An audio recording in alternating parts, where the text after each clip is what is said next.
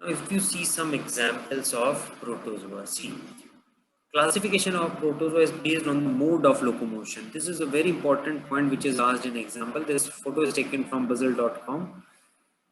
Classification among protozoan is to some extent depends on the modes of locomotion. Protozoans that use pseudopodia to move are known as amoeba. See, these are amoeboids which use pseudopodia. Those that use flagella are called flagellates. If you see flagella, Euglena uses flagella for locomotion. So this is a flagellate.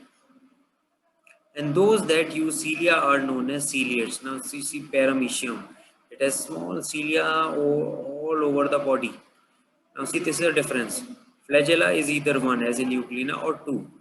But in paramecium, the cilia is present all over the body. So such organisms which use cilia for locomotion are called as ciliates. And then the parasitic form. The parasitic form, they do not need locomotory organs. So sporozoa, the parasitic protozoans, they do not need flagella, cilia or pseudopodia. So they are non-motile.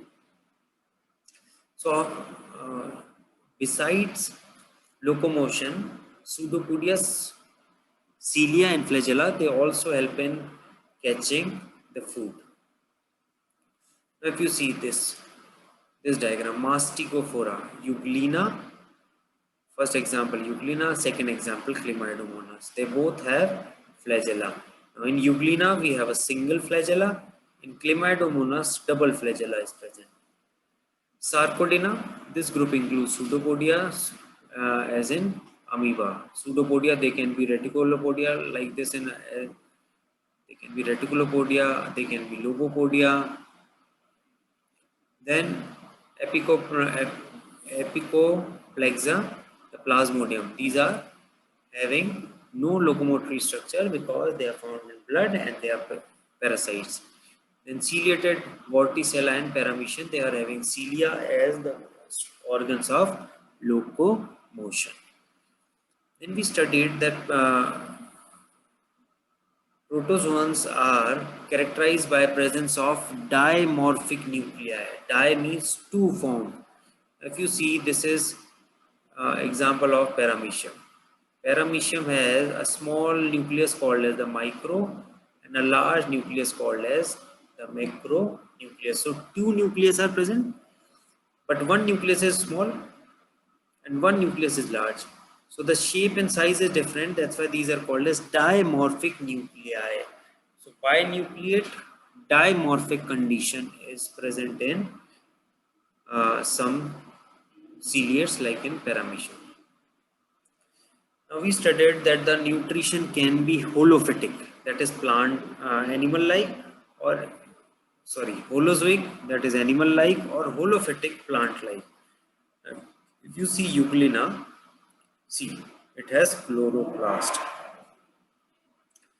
So it has chloroplast, so it can synthesize its own foods. And then I told you about contractile vacuole. If you see that Euglena has a special organelle which is found only in protozoans, and I told you what is the basic function of contractile vacuole? Osmoregulation. So osmoregulatory contractile vacuole is present chloroplast. Now see, chloroplast will produce its own food. So the nutrition is plant-like. That is holophytic. Now if you see, it has a single flagella. So we classified protozoan on the basis of locomotory structure. So Euglena is a flagellate. So Euglena will be placed in flagellata. Paramecium will be placed in ciliata. Amoeba will be placed in amoeboids. And non-motile protozoans will be placed in sporozoa. Now, this is a photo taken from McGraw-Hill, the general group of protists. Now, very important thing which you should have, which everyone should know, that we said that that kingdom Protista includes protozoa. Now, all organisms which are included in the protist are the Rhizopoda, Actinopoda, and Foraminifera. So heterotroph. These are heterotroph. heterotrophs. Then photosynthetic protists are chlorophyta, phaeophyta, rhodophyta, chrysophyta, euclinophyta, and pyrophyta. And then heterotrophs with flagella, Sarcico, Masticophora, and Celiophora. And Epicomylexa, non-motile spore formers. And then heterotrophs with restricted motility are Oomycota, Acrasiomycota, and Myxomycota.